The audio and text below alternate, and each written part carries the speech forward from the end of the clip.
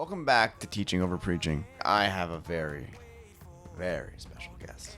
This person has worked with professional athletes. This person is very well known. This person is very, very qualified. Today, my guest is Tony Ricci. We talk about nutrition. We talk about what's really good for you, what's bad for you. Is it good to be vegan? Is it good to be a carnivore? Is it good to be an omnivore? We go over nutrition for performance. We go over nutrition for optimal health. And we go over things that we're really not too sure about. There's a lot of debates of whether or not, meat's good for you. Eggs are good for you.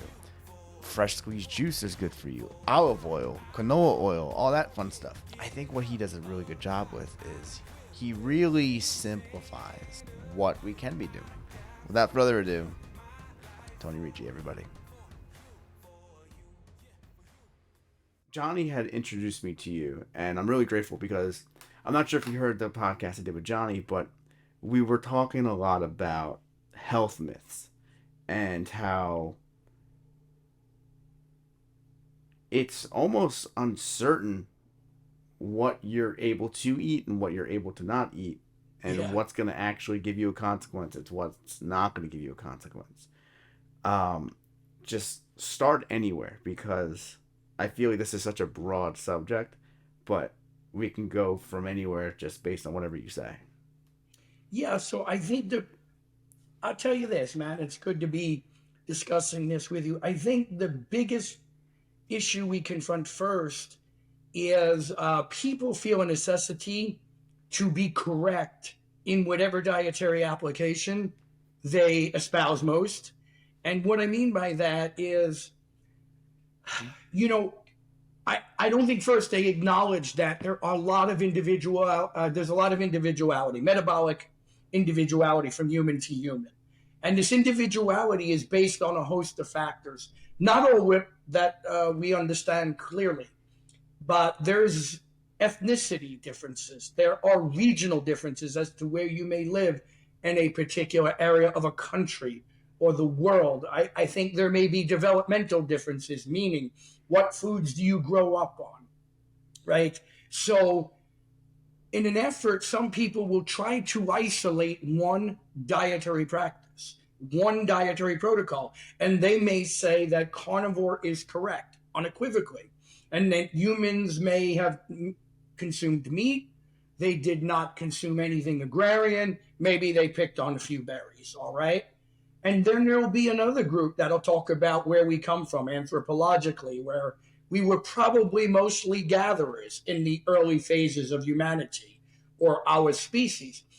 And they will say, well, no, we're vegans. We didn't hunt till later. We didn't eat meat till later on. And then you'll have other arguments over, well, these are the best carbs and you shouldn't eat these carbohydrates.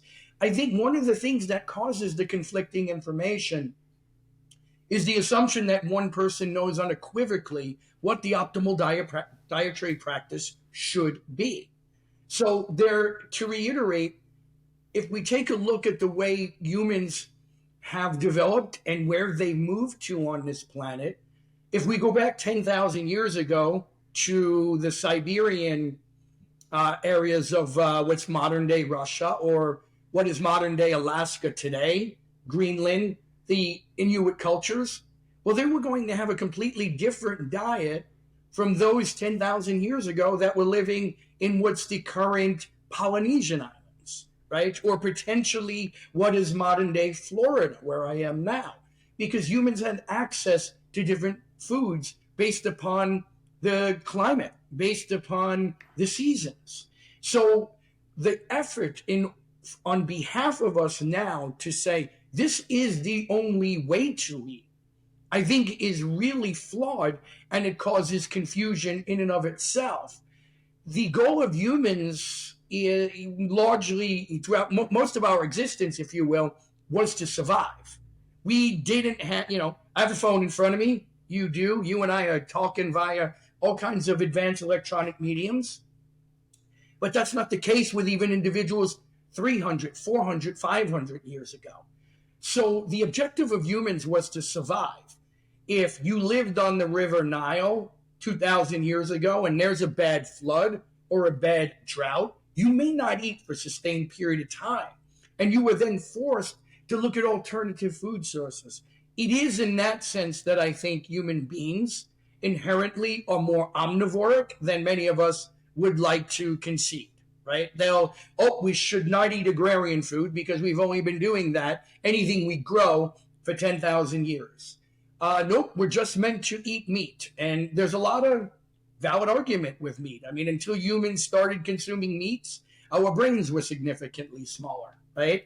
But what about the cultures, to reiterate, that were on the islands of Japan and had the capacity to take fish out of the water, had naturally growing fruit or berries in a given region?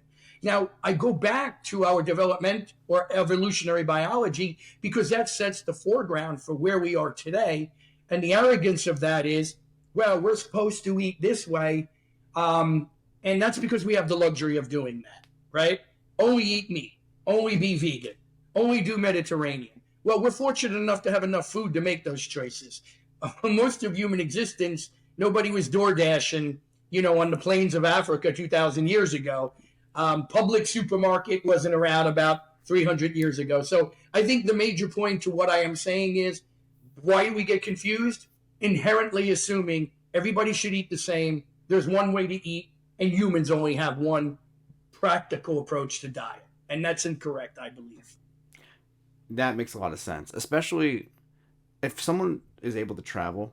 Like I've been very fortunate enough to be able to travel, and last year I went to Iceland. And going to Iceland, I realized there's a lot of foods that you just cannot get conveniently. Where, that's a cold climate all year round. Their summertime is like 50 degrees. So you're not going to get the tropical fruits that you would get in Costa Rica or Mexico. So it's just, you're eating different types of food. You're eating fish. You're eating things that are, if you're surrounded by water, there's a good chance you're eating fish.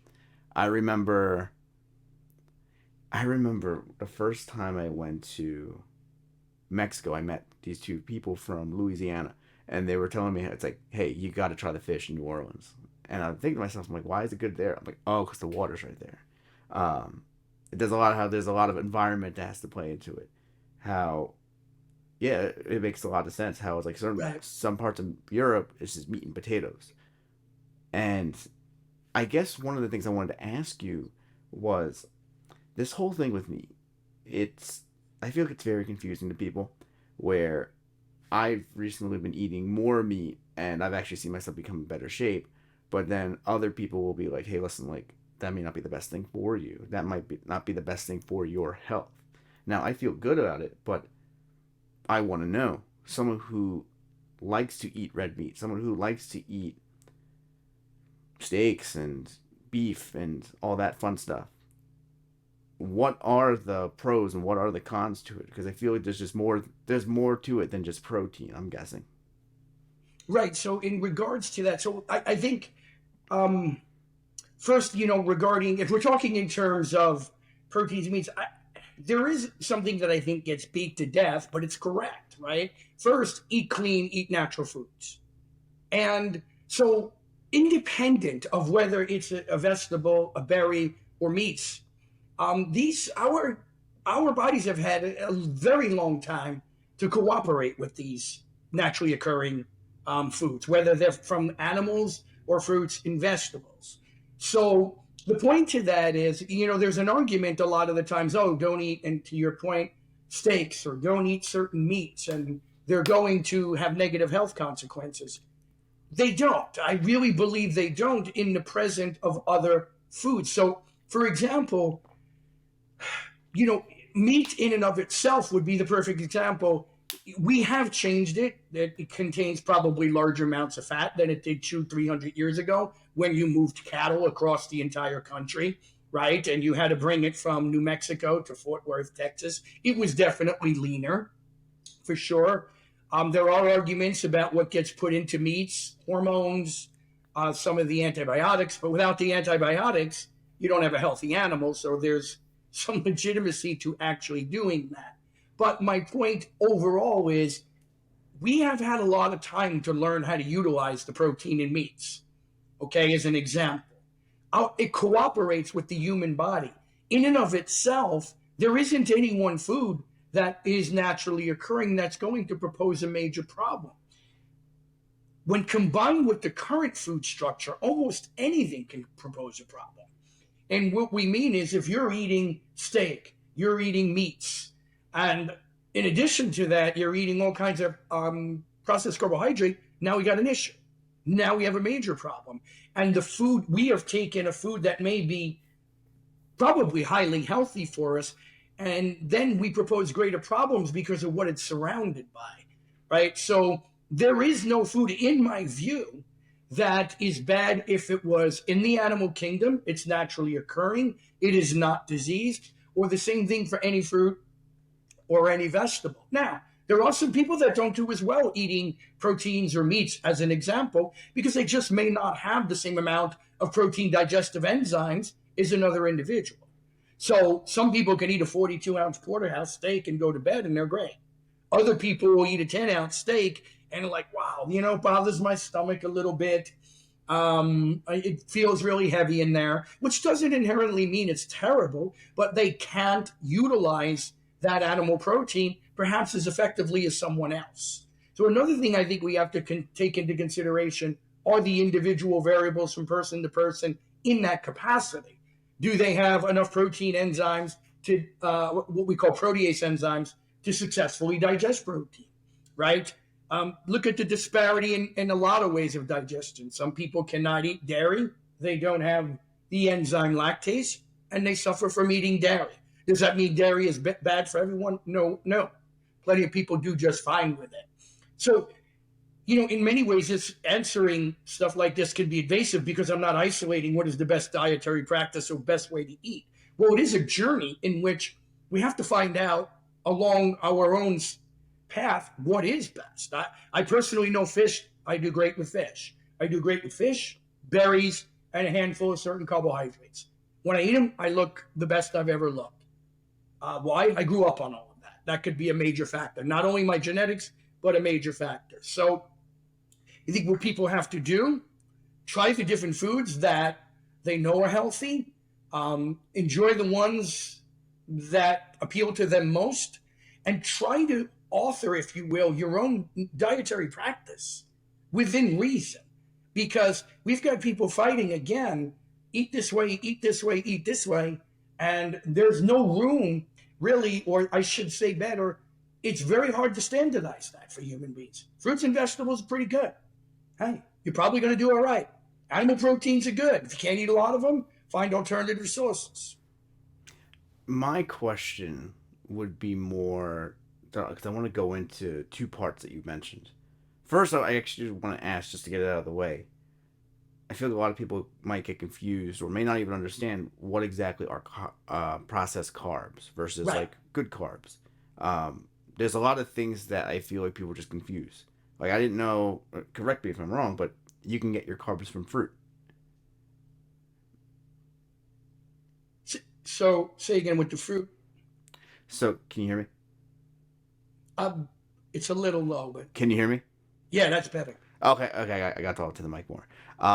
So a lot of times there is this misunderstanding of where do you get your carbs from? Because I know pasta's a carb, bread's a carb, but then I also have heard other people say that fruit is a carb. So I know you were saying processed carbs. Can you explain like what an example of certain types of carbs are, like simple carbs, starches, complex carbs? Because I feel like that's something that a lot of people just don't know. Right. And to reiterate, the naturally occurring that haven't been processed, and I'll explain that, are usually going to be optimal. First, we'll talk about a simple carbohydrate, right? Most of our simple carbohydrates do come from fruit. They're really, why do we call them simple? Because they're essentially a fructose sugar, as an example. And then they'll come from fruit, and they're not this long, complicated chain of what we call glucose molecules. They're simple. They can be broken down faster, or they can enter the bloodstream faster. So the sugar in fruit cannot be utilized immediately for energy because it is fructose. And what we have to do with that simple carbohydrate, sugar, if you will, is we got to bring it into the digestive system send it to the liver, and we make the primary carbohydrate that the body can only use, glucose. Okay? Now, the good thing about fruit is they're small molecules. There's not a bunch of big chains. That's what a simple carbohydrate is. It doesn't have a bunch of glucose molecules put together. If we were to eat pasta, you are going to have chains. We call it starch in plants. Chains of hundreds of thousands of glucose molecules bonded together. That is what we call a complex carbohydrate. It's a large storage pool of energy, okay? The simple carb we can get from fruit, or a table sugar, if you will, which is just two molecules. We have fructose and glucose, okay? That's table sugar. And then we can bring that in same way. The glucose can be used quite quickly. The fructose is sent through the blood to the liver. Simple carbohydrates are small chains. It's really all it means. Mostly fruit, not only, but largely fruit will give you a simple carbohydrate. Now, does that mean you can eat in, 4 acres of cantaloupe? Probably not. That's going to propose some problems. Fruit should probably be dosed like anything else. A 1 serving, 2 servings at a time would likely be optimal. You have the simple carbohydrate, and again, you have what we call the complex. And those in a plant are called starch. Potatoes. They are hundreds of molecules of this glucose thing that we use for energy. In humans, it is actually, or animals, there is a storage form of carbohydrate too. We call it glycogen. It's really a similar structure, but where it's named differently, plant versus animal. So when you eat the pasta, it's going to take a little while. You'll start to digest something like that in the mouth, break down some of the carbohydrate, but it still has to go to the stomach. You have to break up those glucose molecules. There are hundreds of them. Send them to the blood, usually to the liver, and the liver is going to decide what to do with those complex carbs. Okay? If you worked out really hard, a lot of that complex carbohydrate that you're using with all this glucose is going to go to the muscle because you will have to replenish it. So first, the difference between complex is the amount of sugars that are contained in the food. The simple is less, the complex is more. Doesn't mean complex carbohydrates are bad. Actually, they can be very good, and there's a lot of argument against them. Now, probably, and I'll say probably because there are always people that are exceptions. My father would be an example. He's 91 years of age, and he can eat a loaf of Wonder Bread, and he still has abs, all right? That is definitely the exception.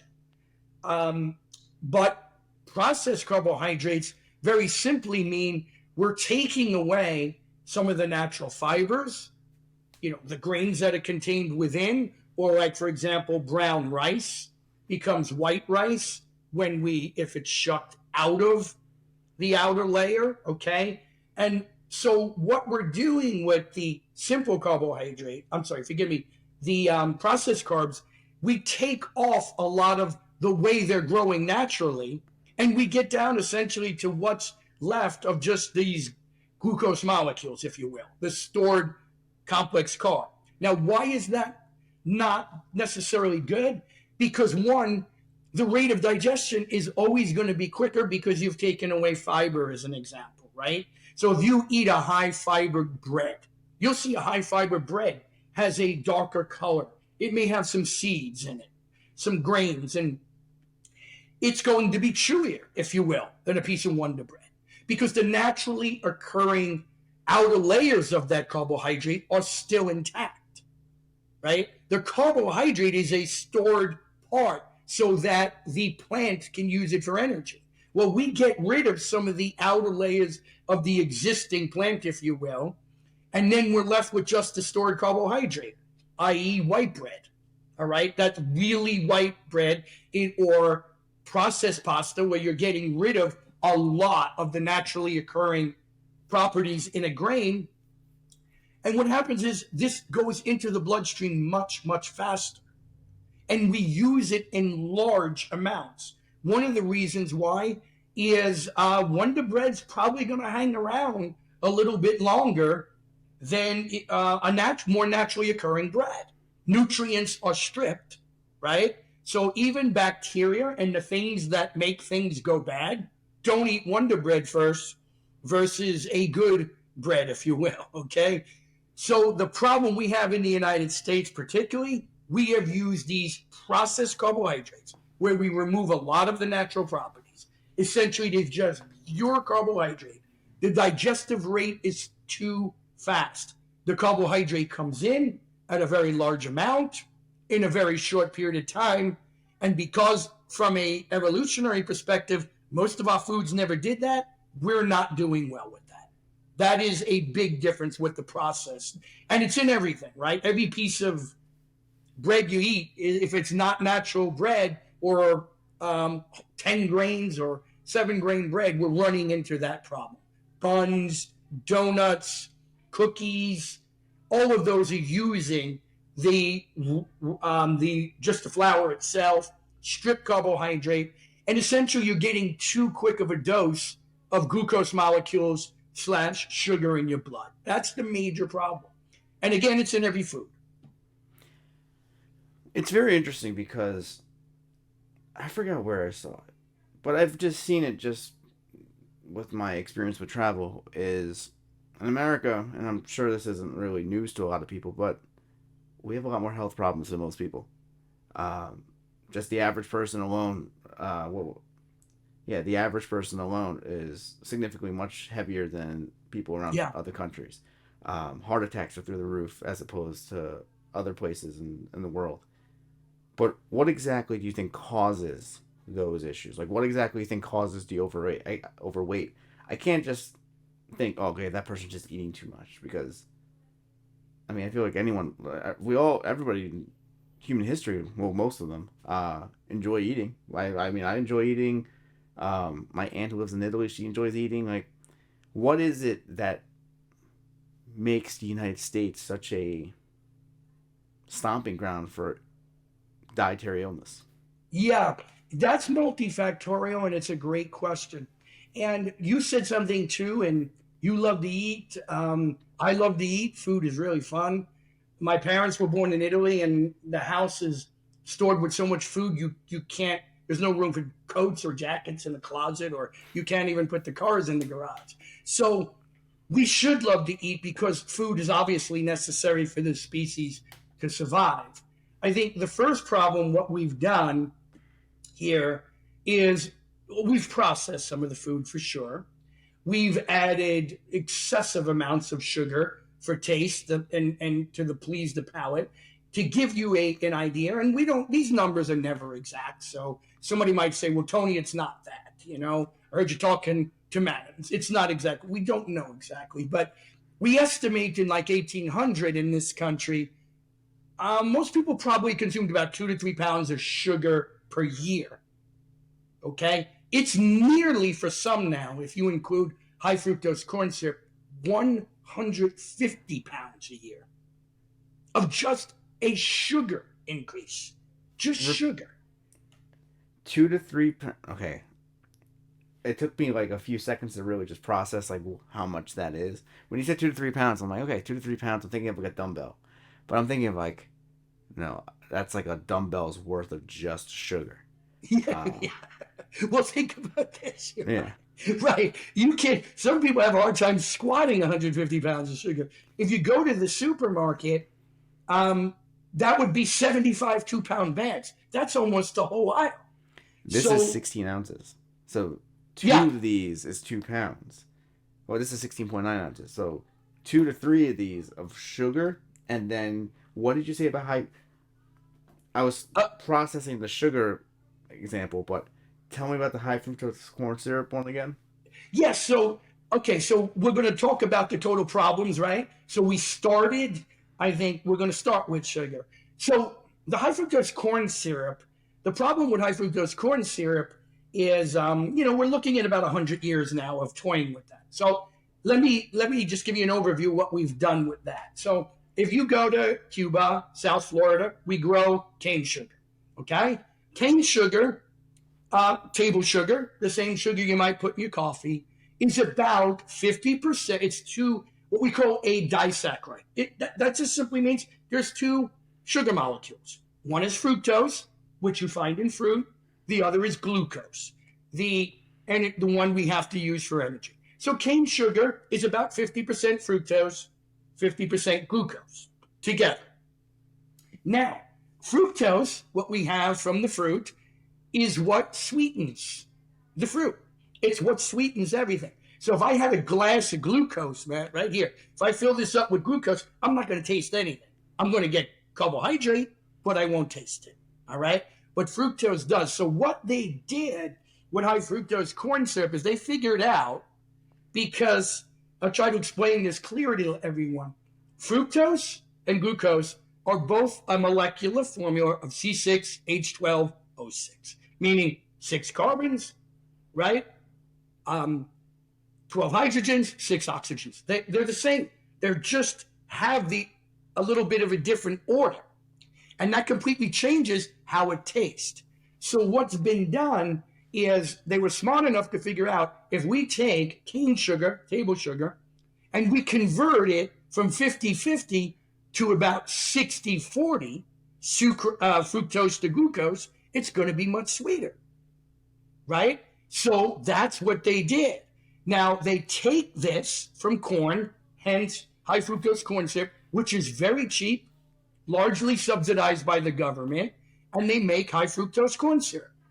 So now, the same amount in high fructose corn syrup volume is going to be much sweeter than the same amount of table sugar.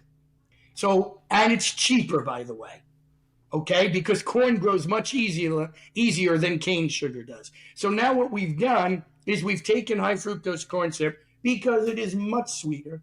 In addition to everything we eat, sugar, we've added that. And it's not naturally occurring in nature, in biology. So if you start putting in something that's like 60% fructose and 40% glucose, and that molecule has never existed before, our body doesn't particularly get excited about this. So we're really proposing problems in metabolism, and we're taking in so much of it because it is what sweetens everything. So you go buy one, I don't want to pick on one type of bread and get us all in trouble, but you go buy one bread, you're going to see high fructose corn syrup. You go buy jelly, high fructose corn syrup.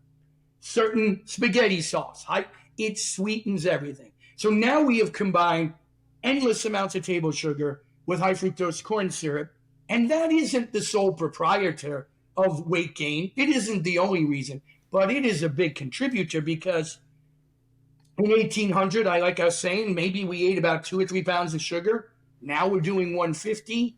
We've tripled our protein intake and doubled our fat intake, but that is 50 times greater. So a major reason why we're not in very good shape, it isn't only sugar. It's total calories, the sugar adds, and then an excessive amount of fat. And the number one reason has to be inactivity. Every system in the human body is designed to improve off of movement. Every one. The brain, the muscle, the bone, the blood, because your ancestors and mine didn't have the luxury of watching ESPN or Aaron Rodgers get hurt last night, which I'm upset about. Okay? Yeah. They had to move constantly, Matt. Constantly. Nothing does more for the brain, as an example, and I'll finish on this note, than movement. Neurogenesis. You want to make new brain cells? Go for a walk. Not even reading a book, which is good for it, or Rosetta Stone on learning a new language. The number one way to make new brain cells is physical activity. So we have combined a double or triple amount of calories in fat, protein, and carbs, 30 to 40 times more sugar, with an entire lifestyle that stops us from moving. Everything we do. I don't even want to say her name. She's over here, Alexa. She's going to change my music. She's going to open my garage doors if I want. I don't have to do anything. And the absence of movement combined with these calories is really the major issue. Our ancestors spent 1,500 calories a day to eat 2,000. We can eat 3,500 by burning a quarter of a calorie through DoorDash, Yeah, it's I was so focused on like what 2 pounds of sugar looks like because this is a pound, I guess before. But when you said 150 pounds of sugar, I'm like, yeah, that's a whole room. That's a That's lot. That's yeah. annually. Now, that's not everyone. It isn't, but it's a lot of American culture. Even if you cut it in half, Right. because I just like the I'm a visual person, so for me, like I'm saying, this is 16.9 ounces. Is it? Yeah, it's 16.9. So I'm thinking, okay, I you get this in a case of 40. That's 40 pounds, or a little over 40 pounds. You get two of those. You get three of those. You get four of those. That's a lot Exactly. of sugar right there. It's And in you can challenge anyone. I've had my students do it in class. I tell them to go shopping and find something without it. It's pretty hard. yeah, and that's where I feel like. So I told you this when we were on the phone when we first connected, that I had a health scare back in May, and since then I really just I focused on meat, fruit, and water. Once in a while, I have some like juice once in a while, every now and then, but that was really my main sources of foods. It was just one of the things I enjoyed. It was easy. Um, it's I mean it's still summertime now, but it was easy to cook up outside. You just throw it on the grill, Yeah. so that's why it was just easy for me to cook that stuff. The weight just flew off of me, and I think it's because I stayed away from a lot of those sugars. I was eating meat without the bread, and I feel like Right. that's one of the things that almost kills momentum. But I want to hear like, so do you think sugar is actually the cause of a lot of these problems? Do you think it's still meat? Like what? I guess what I'm trying to ask is like, I actually want to just go right into it. This whole thing with cholesterol, this whole cholesterol thing, like it's offering, how do you pronounce it? Atherosclerosis? No, I can't pronounce. How do you pronounce it? Atherosclerosis, right? That athero Atherosclerosis. simply is the blockage. Arterio is the hardening of the artery. Okay. So that's where I'm getting confused because it's like I'm being told not to eat this meat because that's what's going to clog up my arteries. But at the same time, I feel like sugars have more of an effect on me, uh, as far as weight and as far as just the way I feel. So what is causing like what is something that people should lean on? Because I feel like meat is a natural food. Sugar is not a natural food. Right. And sugar is to an extent, right? Just not in the crazy volumes that we're consuming it. So in terms of cholesterol that we're speaking to, and you may be reading literature, you may be hearing people stating, hyperlipidemia, high lipids or hypercholesterolemia is not from meat or eggs, it's from sugar. Or no, it's absolutely from meat and eggs. And again, we go back to individuals that have dedicated their life to a dietary philosophy, so they really don't want to back away from it. Now, in sugar can impact cholesterol, sure it can.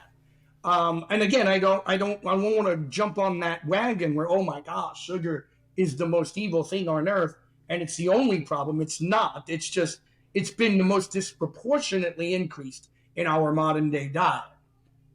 Nevertheless, let's take a little talk about cholesterol.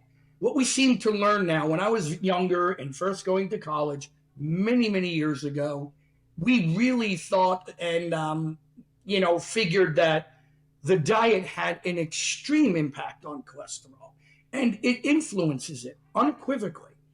You eat a high sugar, high fat diet with inactivity, certainly the total cholesterol is probably going to increase and the type of cholesterol will become less favorable. And we can talk about that. However, what we're learning, Matt, is that, most cholesterol is endogenously produced. You make your own. Not all of it, but a lot of it. There are estimates up to 85%. This of what you make. So if you have a cholesterol of 200 milligrams per deciliter, 85% is going to be 170 milligrams out of that 200. You make that. And the reason for that is every cell in the human body needs cholesterol. Every cell needs it and produces it. So the endogenous, what we call internal cholesterol production, which is made in the liver, large amounts of it, again, each cell makes it, is very genetic. Now, So what does that mean? Does it mean you're guaranteed to have a heart attack if you have very high cholesterol? And the answer to that is absolutely not, because about 49% in that range, it fluctuates, of everyone that has had cardiovascular disease or myocardial infarction, a heart attack, doesn't even have high cholesterol. There's other variables going on. So certainly someone like me, genetically, my cholesterol and my mom, we're through the roof. I mean, we're like 280, and that's, or 250, even when we do everything well. That is our body producing a lot of cholesterol. Now, people on my mom's side of the family have lived to 100, several of them, with a 280 cholesterol. On paper, that's impossible. Every one of them did. Now, I'll tell you what else they did, though.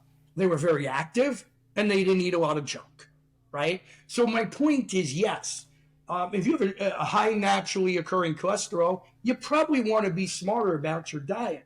But that cholesterol in and of itself does not mean you are going to unequivocally get coronary artery disease or atherosclerosis, a buildup of plaque. It does not mean that. And there may be a reason genetically why some bodies want more cholesterol than others. Now, the problem becomes this. 1,000 years ago, 10,000 years ago, maybe certain types of bodies, they had to produce more of their own cholesterol.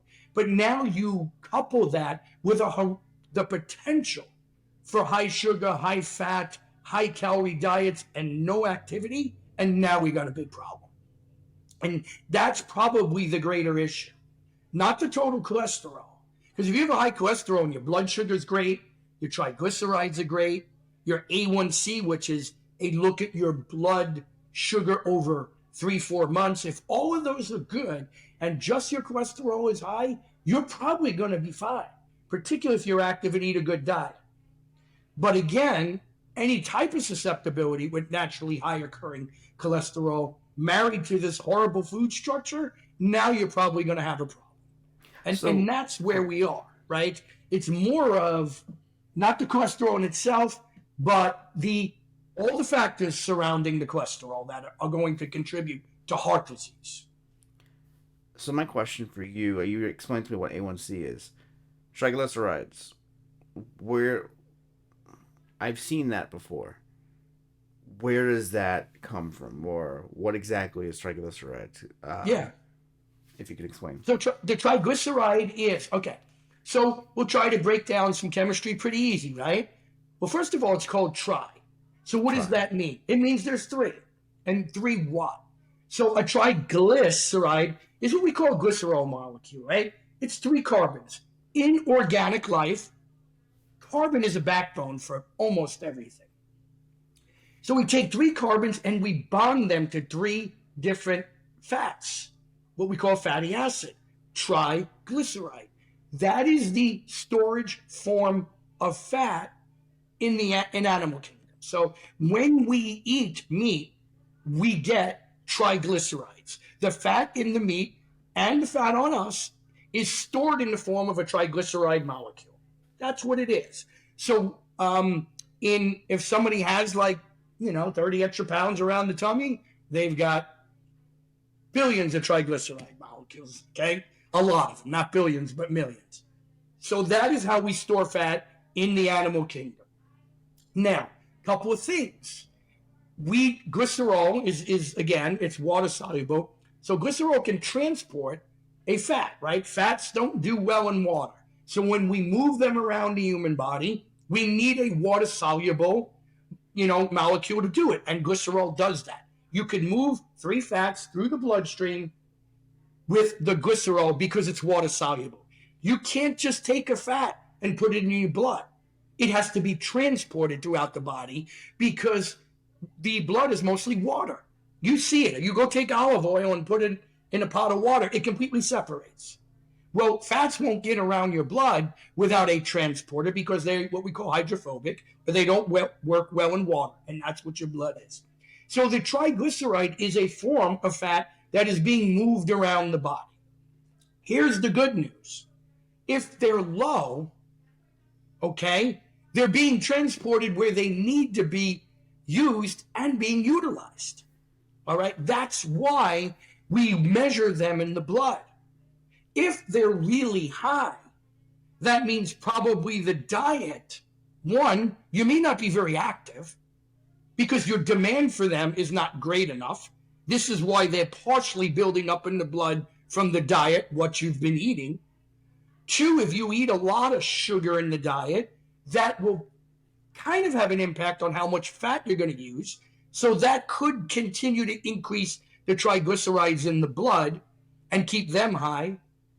And the third thing is that when they're in the blood, okay, and they start to build up, that's an indication that we've got a lot of fat coming into the body and it's not being used. Now, eventually, those triglycerides are not going to stay in the blood.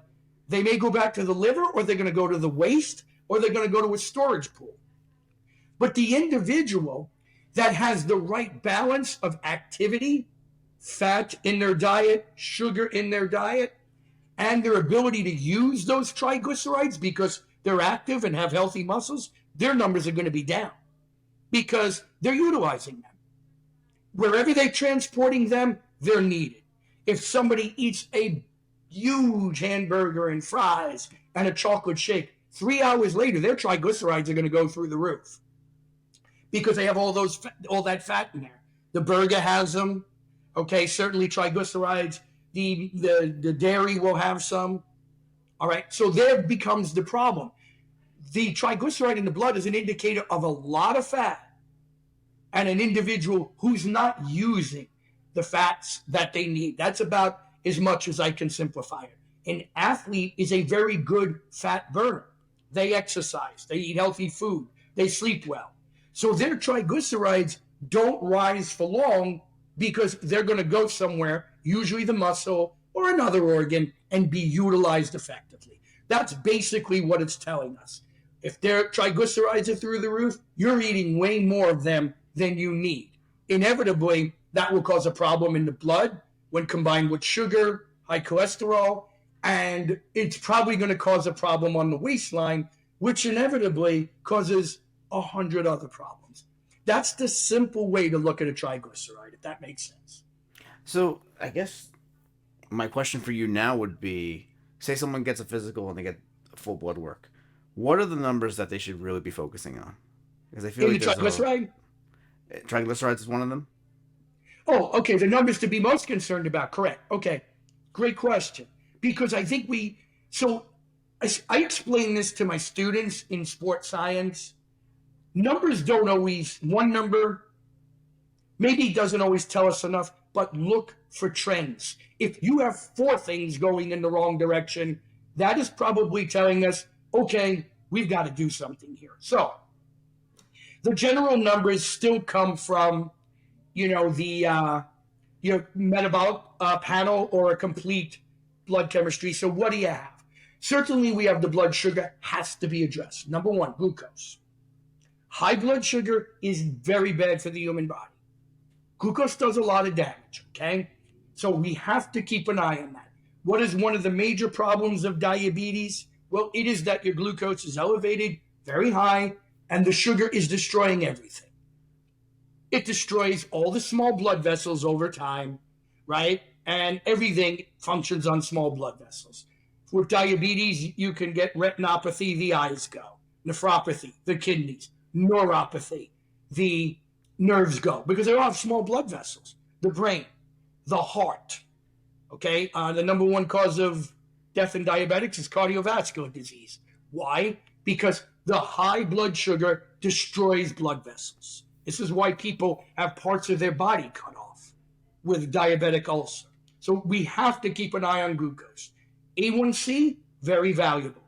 What is A1C? Well, we'll simplify this. The glucose, they'll say to Matt, hey, Matt, you're coming in at 8 a.m. tomorrow for your test. Don't eat, stop eating at 8 p.m. So you have 12 hours to fast, and then you're going to look at your glucose over that window of 12 hours. If it's still high, we know not a good sign. And it should be about 80 milligrams per deciliter, 80.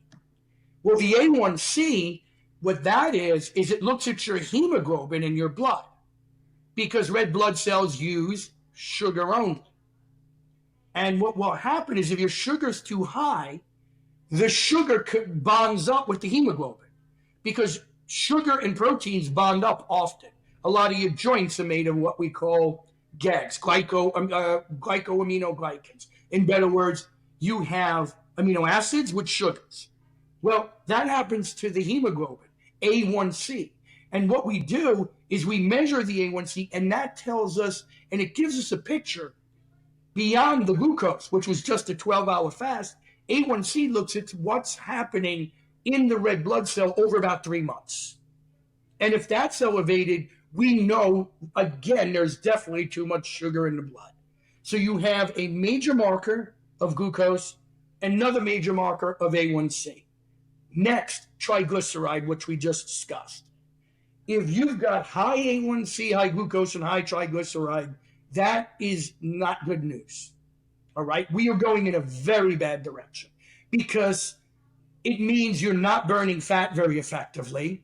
And if you're not utilizing the fat effectively, what happens? Then you crave more sugar and more carbohydrate, which is already elevated. So you want more of that. So now we have a combination of elevated triglycerides with those other two, A1C and glucose. Big problem. And now, I earlier stated that cholesterol may not be in and of itself a huge problem, but if you've got a high cholesterol, a high low density lipoprotein measure, okay, and all the other four that we just discussed, those are your primary markers that will show you a trend and say, hey, yo, we got to turn this around immediately, because we're elevated in all the wrong areas. Then someone could say, well, what else should I go to? Well, you could go to CRP. You could do a calcium assay, meaning look at the amount of atherosclerosis that may be occurring. You could do all those tests. But before you even do all those tests, those 4 or 5 indicators are going to tell you, let's go do a U-turn right now. We have to, because inevitably everything's going in the wrong direction. And you're almost, I hate to say it this way, but you're almost guaranteed a health problem if you have high glucose, high A1C, high triglycerides, high cholesterol, and high LDL. Not a good day. Yeah. So my health situation in May was high LDL, low HDL, skyrocketed high triglycerides, pretty above normal high blood pressure. Cal score was a little high, and that would.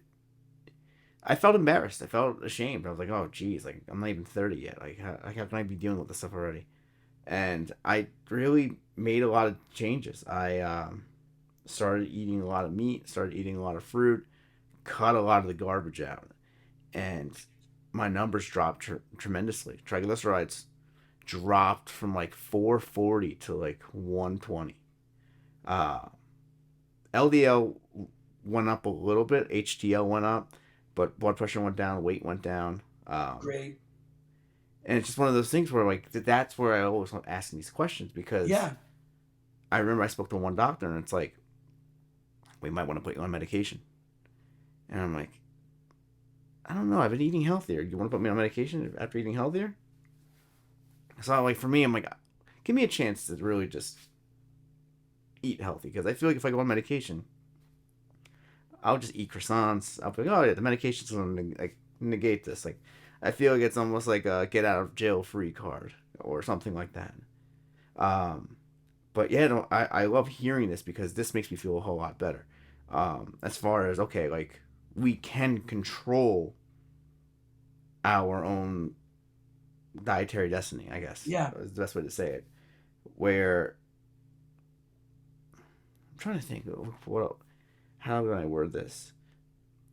With all these crazy health stories, it almost, people just feel helpless. Where it's like, this is process, this is not bad, this is not good for you. Where it feels like you can control it. So like, what are things that an individual can do to Besides exercise, what are things that one person can do to really take action in their own health, like to take back control of their own health? Are there certain foods that, or certain myths about foods that they can change that can really just improve their lives? So it's a good question. But how old are you now, again, Matt? 29. All right, so you're a kid still. We call it, I know everybody got insulted when Dana White called, who do you call a kid? Oh, he's 30 years old. Well, to guys Dana and my age, that's a kid, right? So, but you did a really good job by getting on that now. And not that it's not the good news is it's reversible at a much later age, but it's very immediately reversible when at your age when you make these wise, prudent changes. And I think one of the things that kind of sometimes, and I like your perspective on medications because just quickly on that, one medicine can propose bigger problems. So if you take a cholesterol medicine, it will smash your cholesterol. I mean, it will stop your own production. And I've seen people go from 240 to 120. The problem with that is they could stay at 120 eating like crap. So now they got low cholesterol, but still gaining weight and they're hurting their blood sugar. So it is always a give and take. Now, one of the things that sometimes bums me out is that I don't think everybody realizes how small the changes need to be to make a huge improvement. And you said besides exercise, and you're correct, but just quickly, most people don't have to go to the gym. I mean, walking, you want to be healthy, walk. You want to climb, Mount Everest, you got to be fit. You got to be in elite shape. You want to be healthy, all you need to do is walk everywhere and anywhere. So the only reason why I bring that up, because in my view, that's not really exercise. It's increasing the activity of daily living. And it's the biggest first step one can take. Now, the other thing too is in terms of food, food practice. This is where it becomes very individual too, because people eat for a host of different reasons. They have different habits for many different reasons. They have different work schedules. They have different stress levels. They have different responsibilities to take the kids here and there. Then they eat with them. I think the biggest change, there are many more beyond this, but one thing I always try to ask of anyone I work with in dietary practice, it's pretty simple. If you're going to eat something that isn't all that good for you, first, make sure you love it. And what I mean by that is narrow down the foods that may not be the best for your health that you are willing to eat. Instead of me saying right off the bat, you better go eat berries. You better go eat grilled chicken. You better eat steamed broccoli. Sometimes I like to start by saying, all right, you told me you like ice cream. Great. Am I going to take ice cream out of someone's diet? Never. Because they like it. Now, there are people out there I know, they're heroes. They're going to build me up or beat me up, if you will, and say, how dare you say that? Don't let any junk come in. And they may be right for some people. Maybe some people are all or nothing. But I have found in life, most people who are all or nothing are all for 2 months and nothing for 10. And that doesn't work very good either. So anyway, the first thing is, what are the foods that you're not willing to get rid of? So I see a lot of people mindlessly eat potato chips. They don't even like potato chips that much. Grab a donut because they don't even like it, but it's all that's there and they didn't give anything. I think that they didn't have anything else. The number one thing you could do is have a little bit of preparation in mind. And what I mean by that, I'm not talking about taking Sunday night and cooking 50 chicken breasts, but just understand that tomorrow is Tuesday or Wednesday. Here's my work schedule. Okay. Let me try to get a yogurt here. So at this time, so I don't go 5 hours without food. And you know what? Here's where I'm going to go for lunch. And you know what you do? Make up your mind just the night before. I'll get the tuna sandwich tomorrow. And go get the tuna sandwich and don't look around and arbitrarily shop. I used to go when I worked at Pfizer Pharmaceutical as a director of health and wellness there for many years. And I'd walk to the cafeteria with colleagues and and I would ask them, oh, what are you going to have? They're like, oh, I don't know. And I'd be like, what do you mean you don't know? And they're like, I don't know. I'm going to look around. Well, that's a bit of a problem because you may look around to something that really isn't the best food choice. So I think, again, I am not asking people to bring food in a cooler every day to work, nor am I asking them to cook for the whole week, but plan a little bit. If you have no clue what you may eat in the morning and where you're going to get it from, then we're going to be very reactionary in our food behavior. Have a little bit of proactive. If you know you got a meeting, and just bring a protein bar or bring even some low sodium pretzels, something that may not be pizza at the meeting. So a little bit of planning is required, a little bit of food forecasting. Hey, here's tomorrow. I think I'll get this and this. I'm going taking, out with the family, and we're going to have, some food that isn't great. Fine. You know what? Eat well that day. Eat well that's the type of forecasting I ask from people. Just to know, well, Friday I'm going to a party with work. The food is going to be terrible. Try to do okay Thursday and all day Friday, and then have that, allow that meal to go. But we eat reactionary, and what I mean by that, with no plan. We get up, we grab things, we don't eat, then we realize we're hungry. Obviously, the hungrier you get, the more sugar and fats you will crave. If you're doing that, congratulations. You are well designed. You are supposed to do that, okay? Because the longer you go without food, the more you need immediate sugar, immediate carbohydrate, and long-term fat. That's how the body responds. Of course, you're going to crave it. So I think the number one thing is just a little bit of planning so that the food choices are not always horrendous, okay? And then, like for myself, I know what I like. I'm not eating potato chips, man. I can't stand the things, right? No, I've got to be starving to eat them. But I'll eat ice cream anytime, anywhere. So what I mean is, I know what I like, and I'll treat myself with that. But I am not just going to arbitrarily pick at things that I know are bad for me. If you find someone with a little more motivation, then bring a sandwich that's half decent to work. Bring a protein bar. Bring some bags of almonds. Undereating will always lead to overeating. Goal number one, have some decent snacks. Pick on them, and you're capable of making a better food choice when you're not that hungry. Because the cognitive portion of the brain works better when it's thinking than when you're starving. Then it is the primal portion of the brain that just says, give me food.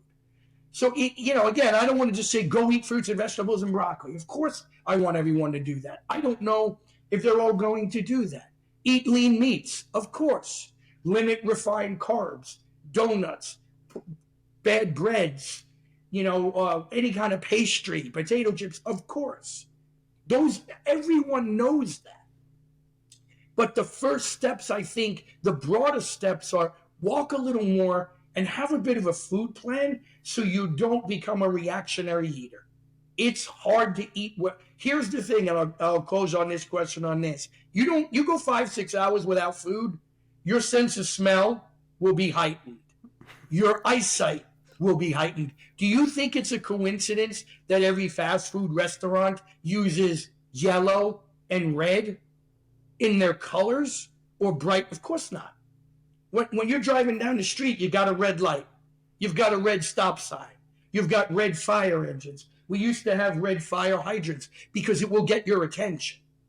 The hungrier you get, the more your senses will be heightened to the yellow and red of a given fast food restaurant. Okay? It is meant to capture your attention. You'll smell something that, is cooking in Japan if you're really hungry. So you got to really try to prevent. Number one, if you can't manage hunger, you can't eat well. I think that's my number one goal, really. I appreciate that, and I feel like that's very realistic to do for people. Because sometimes I feel like doing the whole cold turkey is just going to make people want it more. And I can definitely, I hear it all the time, like, oh, diet starts Monday. I've got to lose 20 pounds. But then by Monday morning, they already had something they shouldn't be eating. But I feel like this is more realistic, and I feel like this is something that they can build momentum with. One thing I do want to ask, and we were talking about it, and I want to make sure that we stick to it before we go to another subject. But you were mentioning 5 to 6 hours of hunger heightens the senses. When it comes to fasting, I I've never fasted before. Mm-hmm. I've gone, I've forgotten to eat a few meals, but then I just made it up. But I want to really understand fasting. I know intermittent fasting is like the trend for a lot of people nowadays, um, but I really want to understand like what are the benefits of fasting, because I feel like you're eventually just gonna, are you just skipping meals? Are you just, having less calories that day? Mm-hmm. What can you please explain that to me? And it's a great question. And I will say this because fasting runs contrary to everything I just said, and which doesn't mean I'm against fasting. Some people do find that they could regulate appetite relatively well when they're fasting. And we'll define that. Well, by the way, there's not a really good clinical definition of that yet. Um, I will tell you this, though. Those who tend to fast also tend to be a little bit more disciplined in other areas of their life, probably are exercising, not always, probably have their weight under reasonable control, and probably have a metabolism, if you will, or the utilization of energy that may be a bit more conducive to fasting. And what I mean by that is some people burn fat pretty effectively. If you're not eating, you'll become a good fat burner. And you don't have an option. You're not eating carbohydrates. And that's not a bad thing. So there are people that swear by it, but I've just never known anyone who's done it for 10 years. Maybe, the Dalai Lama might. I can't. However, are there benefits to it? I think the answer to that first would be absolutely. As far as weight loss, it is largely what you probably stated. Total caloric intake seems to decline due to the eating window being smaller. Okay? Now, what is fasting? I don't know. And what I mean by that is it clinically, is it 16 hours with no food and a window of 8? Is it a window of 10 hours with food? Is it a window as small as 6 hours? We really don't know. Is it one meal per day at night? We don't have a formal definition, technically. So people do it in a variety of different ways. I think there are different lifestyles that could be a little bit more conducive to it. Maybe if you work at home, don't run around that much, potentially. So there can be weight loss benefit, which would come largely from, as you mentioned, probably lower, and I always say probably, there are other variables, lower caloric intake. So weight loss can occur from that. Is that a benefit? Absolutely.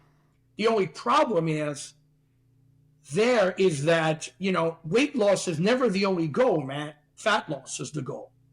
And if you're not eating enough protein and you're not doing anything to stimulate the preservation of lean tissue, then you may be losing fat and muscle. I don't see any benefit in that. You don't have to have huge muscles, but it is not, from a neuroendocrine perspective or metabolic perspective, advantageous to lose muscle tissue. So the weight loss benefit probably comes from reduced calories. There are other discussions. Clearness, people will talk about clarity in mind.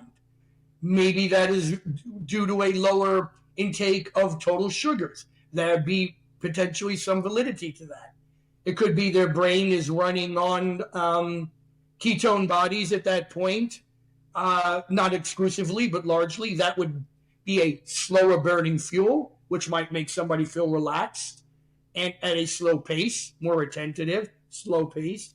And then there's autophagy, of course, where we say, well, you fast, you get time to clean the body, reprogram the cells, get rid of dead cells in the body, and that's one of the major benefits. Problem is, exercise does almost all of everything I just mentioned in and of itself, combined with a good diet. So just like I said earlier, I don't have anything against fasting. We know those of Muslim faith do it during Ramadan. I've worked with a lot of athletes that do it for 40 days, right? And they eat only at night. Some report it being easier in the beginning and harder at the end, or vice versa. Generally, they could probably lose some weight if they're very active and training in martial arts. But nevertheless, can you accomplish, my question would be, can we accomplish most of the benefits of fasting in a lifestyle of good dietary practice, good sleep, and then good, physical activity? And the answer is likely yes. And back to the sleep part. When people tell me they've been doing everything right and can't lose weight, even if it is intermittent fasting, the first thing I'll ask them is not, are you exercising, not what are you eating, but how is your sleep? Because it is hard to lose weight effectively when you're not sleeping well. So again, am I an advocate of fasting or intermittent fasting? The clinical definitions vary. I am by no means against it. If it works for someone, they feel healthier and they enjoy it, absolutely. You're moderating your weight through that practice, absolutely. Whatever your eating window is, great. I have seen some people eat very poorly in the eating window. From a health standpoint, that can't be good. What good is it? Well, I didn't eat for 14, 16 hours. Yeah, but you ate crap for 6. That doesn't help, So there are benefits. Some people swear by it. But again, most of the clinical benefits probably could be established through good sleep, moderate intensity exercise, good, reasonable dietary practice, not perfect, and a lot of meditation, if you will. And what I mean by that is just stress control and doing things you enjoy in life. And that's my take on it. You'll never hear me say don't do it. You'll never hear me say it's the greatest thing in the world. It goes back to the individuality that we discussed earlier. But I think those benefits can be recreated with other practices. That's my point. One thing I do want to ask you is, and I should have asked this before because we were talking about carbohydrates and energies for later on. I've noticed when I was a kid, I remember I was on track, and before every meet, we would have a pasta party. Mm-hmm. And I always carried that. Not sure if you know this, but I had a kickboxing background. Like I've fought in mixed martial arts. I competed Brazilian jiu-jitsu. That's actually I how knew I you know were Johnny. Yeah, I knew you had a background. Yeah, not exactly, but yeah. I remember talking about carb loading. Like load up on carbs the day before competition. Is that like I always wanted to know that, like carbs at night, like the night before a game, because now I'm thinking, it really has me thinking. I'm like, hey, was I eating the right carbs? Should I change up the types of carbs I've been eating? Should I just stick with mostly fruit? Obviously, like you were saying before, pick the foods that you enjoy and don't be mindless with it. But if I want to be more intentional with what I eat, say if I just want to have more energy throughout the day, right, based on what I eat. What are things one can focus on? I feel like one thing I want to definitely talk about is what are examples. I know everybody's different, but sometimes people just want a starting point of what are foods that one can eat that will optimize energy, optimize a daily routine. So what foods will give you that energy, pretty much, right? Yeah. And I want to say this too. I think energy, in terms of energy, I want to think a bit, if you don't mind, and a little bit more globally. And here's what I mean. The foods are going to help, right? But there's a host of other things to consider. The obvious. Did we sleep well? 1. 2, what is our stress level?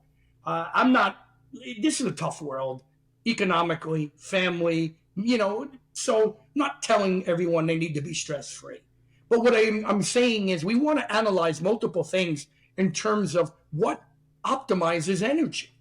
And it's sleep, it is moderating stress to the best of your capacity, because stress will eat away at immediate energy sources, okay?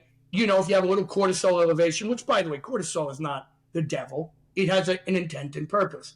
If you have epinephrine, norepinephrine, hey, I'm a little stressed, what does that do? Well, that burns out your blood sugars very fast. It makes your liver empty the sugars in the liver very fast, and what you're getting is this quick burst of energy and then kind of a drop. So my point is, first, we have to self-regulate. If we want to optimize energy, we kind of have to optimize our entire health practice. Sleep, water, moderate the stress, okay? Stay a little bit active, because remember, if we want to utilize energy effectively, we have to be good at it by staying active. In better words, if you're walking or doing stationary cycling, you are learning how to use carbohydrate and fat more effectively. So the other piece of the puzzle is just being relatively active in your life. Now, as far as what foods will give you energy, I don't say food in itself gives, but it's a semantic. It can provide energy, because what I mean by that is if you eat something very healthy, let's say a little bit of even white rice with a little bit of protein, maybe small chicken breasts and a little white rice, okay? That is potentially giving you food that you can utilize for energy. It doesn't necessarily give you the energy if all the other things we just discussed are out of place. So it is a balance of good food intake, relatively systematic, all right? Meaning, okay, let's not go long periods of time without food, and then let's go with the right foods when we do ingest it. Because a great way to not have energy is to go 5 or 6 hours without food, live on caffeine alone, and caffeine is not bad for you, but it is if that's how you're getting through the day only, and then go eat something sugary. So I really want to think of energy in terms of overall balance of lifestyle, because you're not going to have great energy. Energy is beyond, Matt, just the food and a mechanical construct. I guess a way to think of it, gas is energy in a car. But if the chip that controls the carburetor and the fuel injection is not working properly, you don't have optimal energy. And that's your brain. That's your endocrine system. So I really want to think of it in a very global perspective. Energy is created through multiple behaviors and good dietary practice, and finding, by the way, the carbohydrates that you think are best suited for you. So rice, I do really well on rice. I do pretty good on oatmeal. I don't do that great on potatoes. So is there a huge difference in the molecular structure? No. But I got to find the foods that I think are most appropriate for my dietary practice, eat them with relative consistency. That means every 3-4 hours, not every 2 hours, okay? Is it rice? I know many people do great on rice. Is it a sweet potato? Is it, a pretzel snack? Is that the end of the world? No, it's got some carbohydrates. Is it, white potato, if you will? Maybe some people do better with the fibrous carbohydrates, a little bit more of the salads mixed with some fruit, the simple carbohydrates. So my point to that is I wish I could tell someone, just eat this and you'll have energy. No, the energy is available through the food. That doesn't mean you're going to have the type of energy you're looking for. Attention, motivation, drive, ready to go to work, not feeling sluggish. That's global. Energy to get through the day, food will do that, but it's a little bit more than that. I always think for most people, small carbohydrate, protein doses together with a little bit of fat are probably best. What I mean by that is balancing protein, a little bit in fat, and carbohydrate in every meal probably works best for most of us. However, if you're going to go work out in an hour or 2 hours, having a very heavy carbohydrate-based meal before and after would probably be optimal, because you can get that carbohydrate in a couple of hours into the blood so the body functions through the workout, and if the muscles need more than which they're retaining, you get the carbohydrate there. And again, a lot of times my answers sound evasive, and it's not what I'm trying to be. I'm just trying to really have people have a global understanding that energy is a little bit more than just the food you eat. That's the fuel, but that doesn't mean every other system can utilize that energy well if we're not optimizing that. So I hope that kind of makes sense to people. It does, and I feel like it's one of those things where you worked with Chris, right, Algieri? Yeah, Chris and I, many years together. Yes, with Doc Camp, Dr. Motto, they did his physical therapy work. Yes. So Chris is known for years. He, by the way, lives 9 minutes from me down here now. Oh yeah, I was thinking that I met him at I believe he was doing like a seminar for a product, and he was talking. He had this analogy that I really loved, and I've been thinking about it since, where with fire, you don't want to just keep throwing this giant piece of wood at it or these giant pieces of wood at it and overwhelm the fire. You want to feed it slowly. You want to feed it slowly to keep it going, keep it burning. And that really got me thinking about like how I look at a lot of things. But that's just what I was thinking about. I remember It's I a saw good your example. Instagram. Yeah, that was an What example you're that I always bringing have up to is a think. great example, right? Because Yeah, if just as quickly, if you ate a huge steak, right, a yeah. huge steak, well, that would be technically smothering the fire. And what is it doing? A huge steak requires a large amount of blood demand to the stomach to digest it. Well, that's less blood to the brain. That is my point about energy. I think you just hit it. Everything I said, you just summed it up even better. Energy is a little bit more global than just okay. And by the way, the fire, it's global. Yeah, you put a little bit on it. Is it raining out? Hopefully not. Is it too windy? Hopefully not. Are you at a really high altitude with less oxygen partial? Hopefully not. See, so there's also many factors contributing to the efficacy of the fire's potential to burn in concert with the wood or the leaves you're putting on it, and that's how the body goes. So that's spot on. I wanted to get into a few questions that I've uh, on my Instagram. I had put like a little question box, like here's some questions that people wanted to ask. It's just a lightning round, so you don't have to go into it in depth. So you answered one of them very quickly when you were explaining, but caffeine, yay or nay?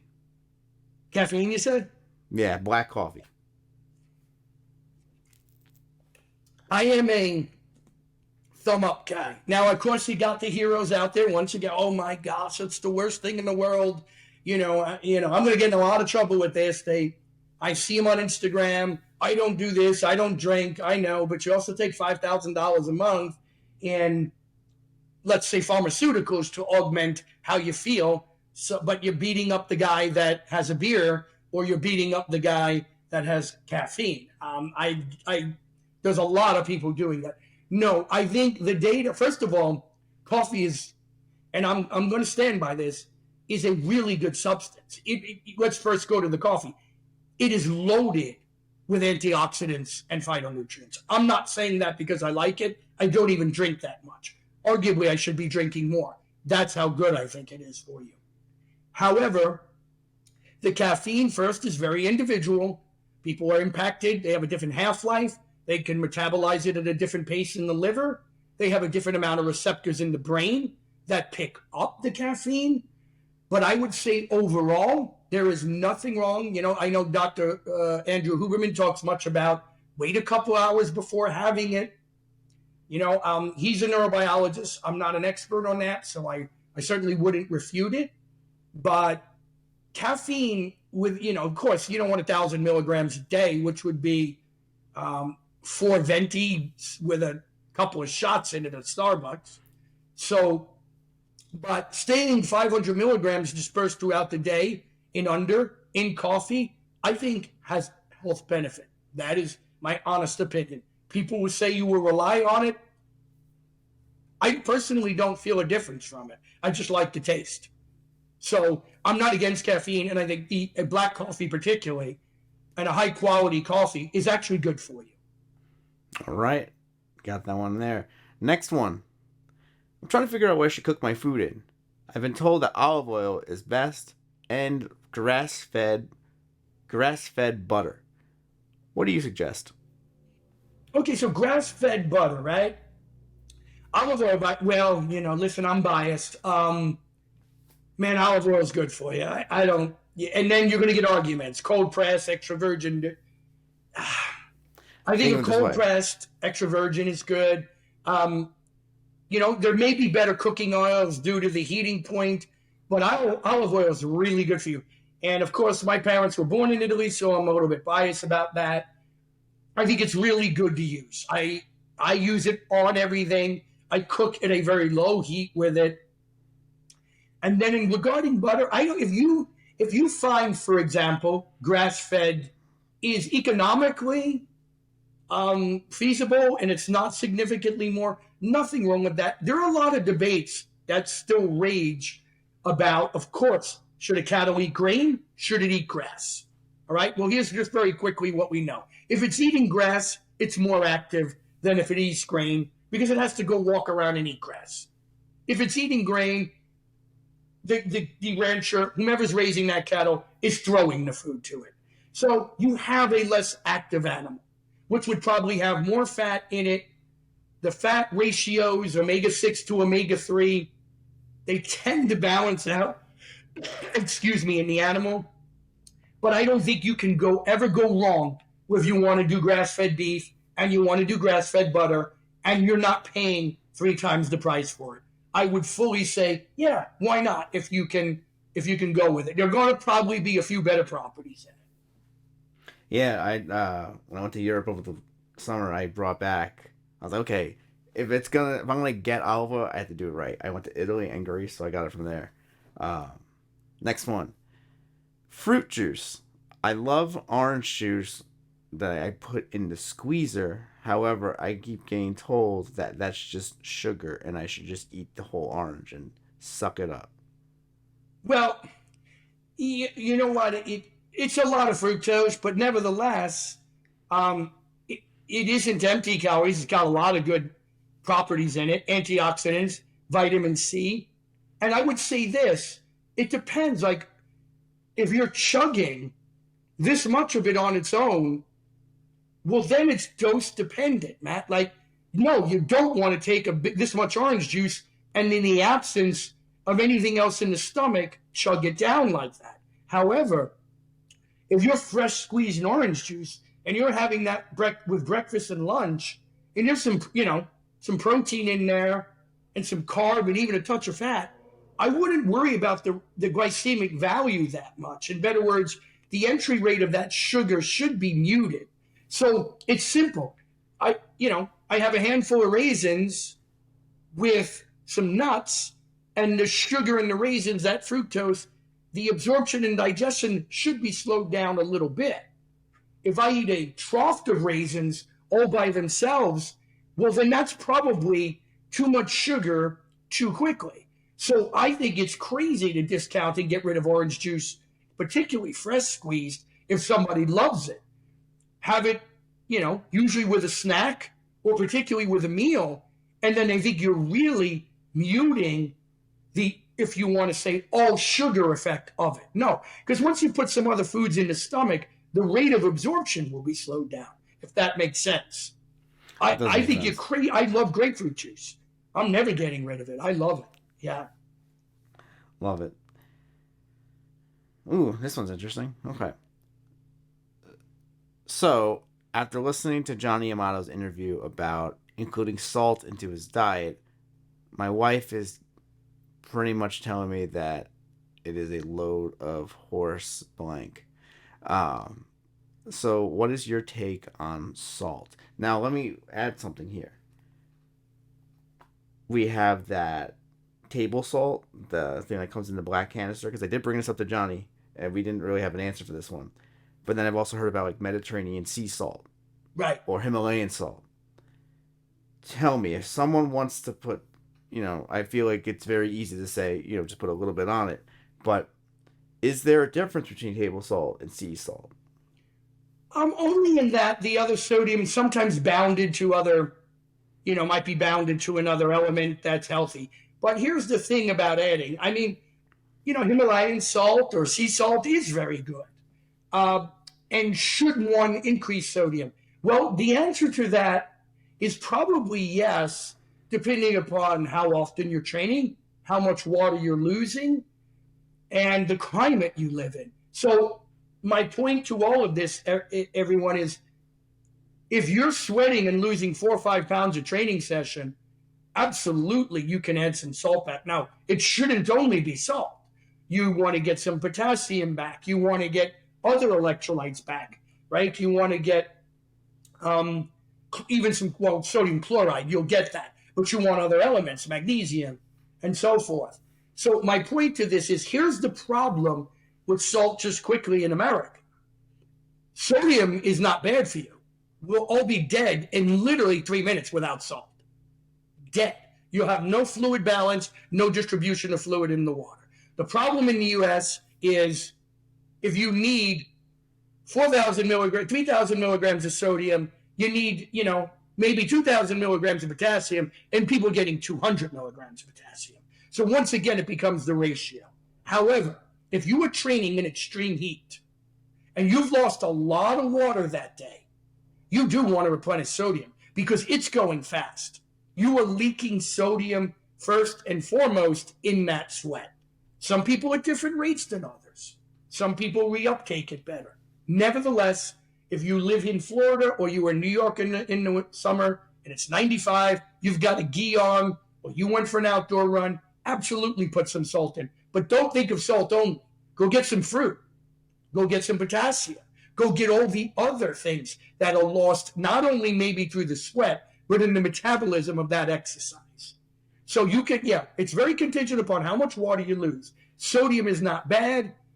10 parts sodium to 1 potassium is bad. So this, you kind of answered the next question, and this question is actually for me. I love Gatorade. I do, but I also know that the high fructose corn syrup is one of the top ingredients in there. So what is a good replacement? I hear about Pedialyte. I hear about the liquid IV, which I've never tried before. But if someone wants to eliminate Gatorade and just have a better option for someone who's very active in the summer, they're sweating a lot, what would you suggest? Well, I think you could make that up in no time. First, look, if you are training really hard, okay, and you were outside and you lost 5-6 pounds, is a Gatorade going to kill you? No. Can you use some of the immediate sugar? Yes. Can you use the sodium and potassium? Yes. My point is, a Gatorade after a brutal workout or a lot of fluid loss is not the end of the world. But you've got kids chugging it or people chugging it, and they're not leaving their desk all day. That's a separate issue, right? However, I think you go immediately to, what we need: potassium, we need magnesium, we need fluid, and we need some salt. Okay? Well, you can get a lot of it. This is going to sound nuts, but you can get a lot of it with chocolate milk and a banana right afterward. Okay? Because, milk has sodium, along with calcium, along with potassium, along with magnesium. So at the one time I am saying, and I feel this way, Matt, is that if you had a really tough training session, there may be a real reason to put in even a little sugar from that Gatorade, and the sodium and the electrolytes. May not be the end of the world. There are times where I've trained so hard and I go running to it because I'm dizzy. I feel faint. I'm not seeing straight. Under those circumstances, losing 6 pounds, I'll tell you what, that Gatorade's going to be needed. But if not, I've always had my athletes, because they never have access to food right after competition at the collegiate level, chocolate milk and a banana. Yeah, at that point, some of the sugar is good. All right. And I know people are going to say the dietary Puritans, Tony, you're nuts. Make it cantaloupe with a touch of salt. And people don't always have access to that immediately. Okay. But you could add salt to some immediate food, but fruit is a really good comeback. Colors are a good comeback. Berries are a great comeback. In better words, cantaloupe, orange, blackberries, blueberries, mix them up, get them in, get some of all those nutrients back, some of the electrolytes back, add a touch of sodium with it, and you're right back in the game. Yeah. It's just, even if you eat right away, you're going to get the sodium back. But the problem is sometimes you want the fluid replenishment before the food, and you should. Love it. two more questions, and then we'll wrap it up. Okay, so I'm trying to figure out which one I want to ask first. I'll ask this one. My husband has been going on carnivore for about 4 weeks now. He lost about 12 pounds and looks great. He feels better. However, I've always been told that you can only lose about a pound per week. Is this weight loss a bad thing? Should he change something? So say, okay, just I missed the last part. She's always been told that. Yeah, I'll repeat it. My husband has been going carnivore for the past 4 weeks. He has lost 12 pounds. 12. However, I have been told that it is healthy to lose about 1 pound per week. Should I be worried? Oh, good question. Really good. I think, well, there's a couple of factors here. One, how much did the person have to lose? If they had to lose 70 pounds, I wouldn't be too worried about the 12. I'm not saying this individual did. So I think the rate of weight loss should be commensurate with how much the person needs to lose. So 12 probably, of that 12, we're probably in a game, and I'm guessing, I don't know his physical activity level. I don't know if he lifts weights. We're probably talking out of that 12, 3 water because your carbohydrate intake has been reduced, which means your glycogen, your muscle storage of carbohydrate is reduced, which means you're going to lose some water there. Probably about 4 or 5 of the 12 would be fat tissue due to maybe less calories being consumed. Yes, meat is calorically dense, but when you take away the carbohydrates and the breads, the calories go down a lot. So probably let's call it maybe fat, 5 to 6 in fat, 3 to 4 in water, and probably 2 pounds of muscle, because no matter how hard you try, you're always going to lose some muscle mass. Now, is the 12 pounds in a week or 2 weeks too much? It really depends on how much someone has to lose. If all they have to lose is 12 pounds, that's probably a little quick.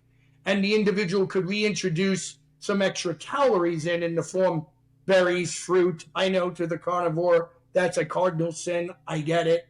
But, you probably would want to, because if that rate of weight loss continues, inevitably, there's going to be some lean tissue loss with that. The faster we lose the weight, the more muscle goes with it, even on a high-protein diet such as carnivore. The good thing about the carnivore diet, it will be more inclined to preserve muscle tissue than will a diet that is, let's say, low in calories and low in protein. That's a poor mix for weight loss. And just quickly, by the way, what we're seeing with the weight loss drugs, such as Wegovy, Ozempic, is a really large amount of muscle loss. Like, no one anticipated this. So if somebody loses 20 pounds, they might be losing 12 pounds of that out of muscle. And that would never occur naturally. Never. Wow. Yeah. That's a lot. Because I know there's a lot of people on Ozempic. That's been the popular thing that a lot of people have been doing. But I knew there had to be some sort of side effect or some sort of risk-reward factor for it. But I didn't know that was... Yeah, I think you better train with it, and you better eat good protein. The problem is everyone I know is using it doesn't want to eat anymore. And they're not going to eat enough protein. And if you're not working out and not eating enough protein, again, the weight loss can be advantageous, but ripping muscle off your body, that's kind of like saying, you know what, I think I'll take a drug to lose weight and get rid of a third of my liver. You don't want to get rid of muscle tissue.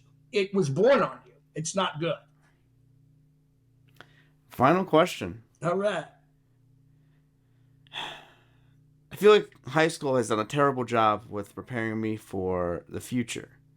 I have no idea what supplements I should be taking, as during COVID, everybody was saying, take vitamin D, take vitamin C, take zinc. However, now that COVID is quote-unquote over, what should I be taking on a regular basis to be healthy? Is a multivitamin the option, or are there better options out there? I think that, and you know what, for somebody in high school, that's a really, really great question, and I like it because it's great foresight on what they should potentially be doing. Well, okay, the old saying, right? A poor diet supplemented is still a poor diet, and I'm not one that believes, particularly if you're active, that you're definitely going to get everything from food that you may need. So I would say this. Obviously, first, try to get as much protein and good fruits and vegetables as you can. Let's go with that. If you're trying to put weight on in your athlete, you're going to need carbohydrates too.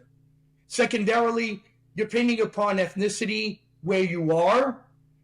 So, for example, if you have very dark skin, naturally, because of your ethnicity, and you live in New York, you're going to need vitamin D because the darker your skin, the more of the sun you block.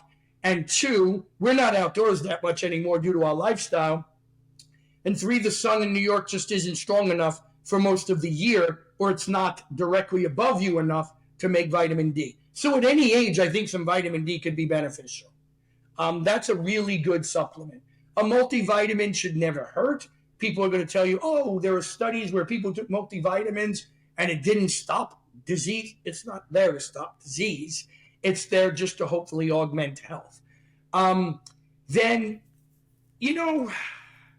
at the high school age, it really depends. Like, in order to make a good supplement recommendation, you really need to see the dietary practice.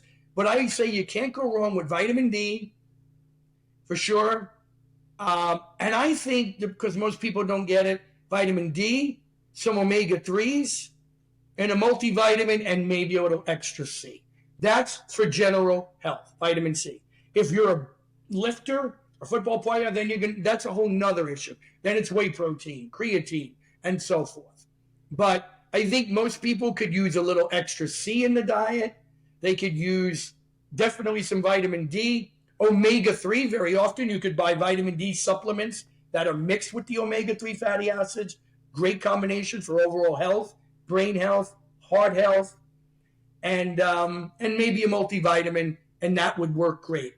Or the last option, they seem to be pretty good. And when I say seem, regarding the label claim, things like Balance in Nature or flash frozen fruits and vegetables in a capsule, for those who don't eat any, are probably a nice adjunct to their diet. If you're not getting a lot of fruits and vegetables, you can buy the powder forms. It's not going to hurt. I have one more, but it's Sure. a lot simpler it's not really a myth, but say somebody wants to improve on their overall health. Say somebody wants to make changes, somebody just wants to learn. What kind of professional is the best person to go to? So we actually never really went into your credentials. However, I do want to, we can kind of make this like a loaded thing where you can tell your credentials and kind of do an intro, since we didn't really do one. We kind of just went right to it. But along with your intro and tell me about yourself, who is somebody that one can go to? Is it their general practitioner? Is it a nutritionist? Is it a dietitian? Is it a cardiologist? Like, who, if I want to improve my health and I don't want to have a heart attack and I want to be able to live vibrantly, just like some of your relatives, to 100, who can I talk to? Great question. I'm not so sure, Matt, that is discipline specific as much as it is the individual type of, what's the individual's focus in their practice? In better words, you can have a cardiologist that focuses strictly on medication, and another one that focuses on global interventions and has a nutritionist there, an exercise physiologist, and gives you a more comprehensive lifestyle. So I think it's a great question. I would say that you're more investigating what the individual's philosophies are. So there are chiropractors that may just do an adjustment. There are chiropractors that will talk to you about the host of behaviors we discussed earlier: your sleep, meditation, physical activity, dietary practice. If you were to ask me who has some of the best overall medical training in a more global background, I might get beat up for this, but I think DOs are pretty good. Osteopathic medicine, because I think they get a lot of the importance of physical activity in their training. They get more dietary training than a lot of other medical professions. They get manual manipulation, different therapies that can help the body. They're really, I think, a bit more global than a lot of other medical professions.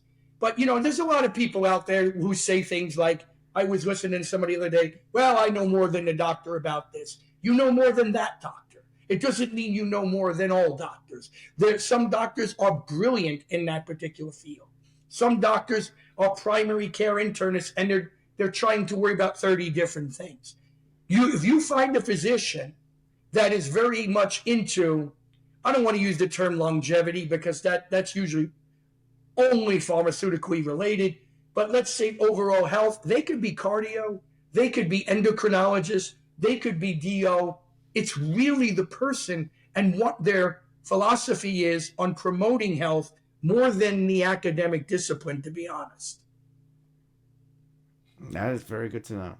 And Yeah. I feel like that definitely gives me some certainty too. We need to get a chance to do an intro for you. Let's just do it now since we're pretty much wrapping it up.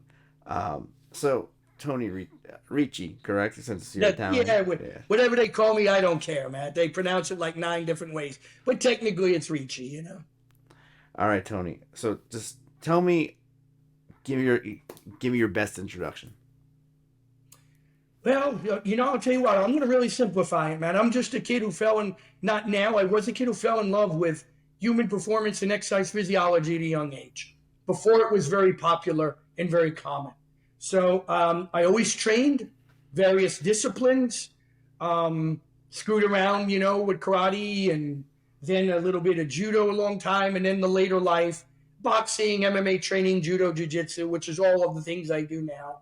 So I always loved training. I didn't get a chance to play a lot of sport in school, unfortunately, because we had a family business, and I worked with that my entire school career. So I had to do everything on my own. So I've always been somebody that loved being active in that. And then I just have gone to school my whole life in the fields of, I'm multidisciplinary. I have degrees in exercise phys, sports science, nutrition, and sports psychology, at the terminal degree level, doctorate level.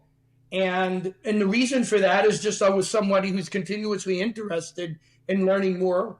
And right now I'm fortunate because I do a lot of research. I used to train fighters and strength and conditioning and weight cutting for about 10 years at the elite level, working with a lot of the Serra-Longo team would be one example, Matt and Ray and their fighters. But then I'm back into academia now where I teach at Nova Southeastern University.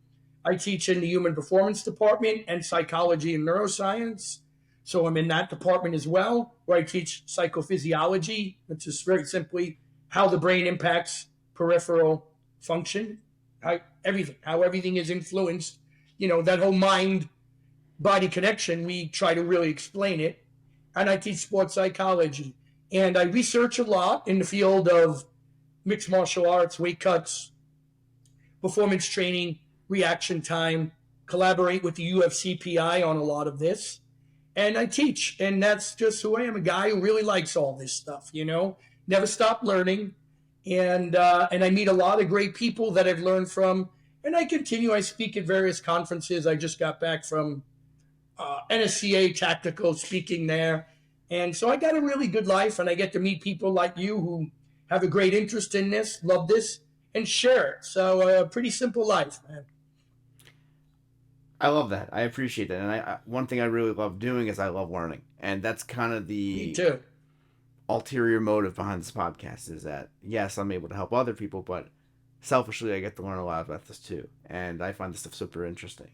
And I feel like in a world where there's an abundance of information, of options, and experts, it's nice to know that health is one of those things where there doesn't have to be one right answer. There definitely is not. And I think it's actually insulting to think there is. Certainty can be good sometimes. Certainty also causes problems. There's a lot of ways to manufacture your own health, just like some people, and we'll close it out with exercise. Some people love Pilates. It does them great. Some yoga. Some love to paddleboard down here in Florida. Some want to do jujitsu, right? Some go play beach volleyball. And no one should be saying to those people, well, that isn't going to do enough for you. There's an individual journey in all of this. You author your own book, if you will, on what's the best way to eat for you, what's the best way to train, what do you enjoy the most, and what's most important to you. Because you'll never be healthy without probably good people around you, family and friends, and a reasonable perspective. And it's your own journey. Take the information. There's so much out there. But I would never look at it like somebody sitting behind a desk knows unequivocally what is absolutely best for you.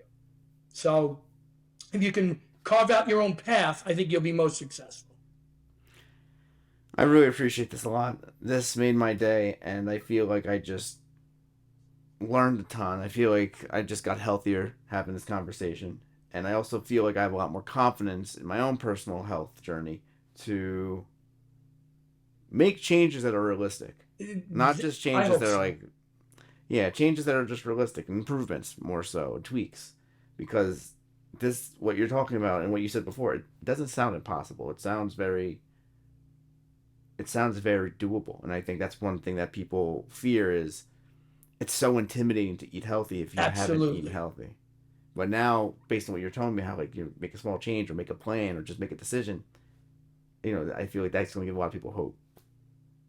And that's what we want, because we want more people doing it.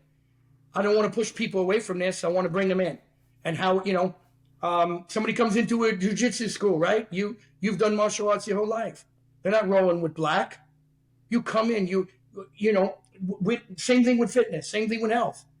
We're not going to take them right in, and here's all the things you got to do. What can we start with? Let's make some good changes, and let's try to enjoy a little bit of life along the way. So, but a pleasure for me too, Matt. I love sharing all this, and it's good for my health to share it with you. So I give thanks to you for having me on. Thank you. Where can one find you?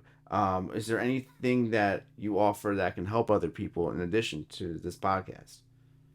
Well, my primary focus right now, has been in the research, but I will tell you that I really should make myself, it's not that I don't want to, I'm just socially not a guy who likes to, put themselves out in I love this type of platform because we can share things.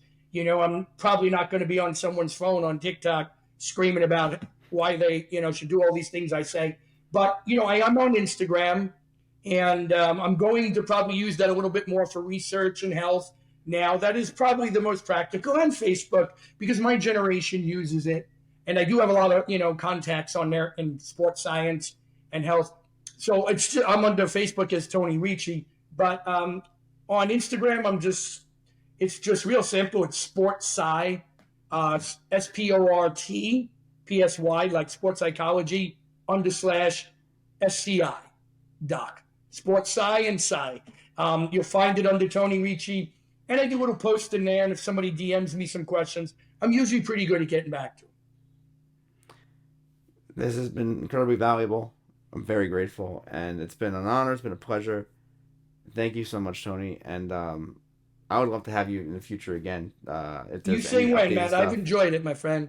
It's been great for me, too, so thank you. Thank you. I hope you have a wonderful night, and we'll be in touch. Yep, we'll talk soon. Thank you. Take care, Tony. Have a good night.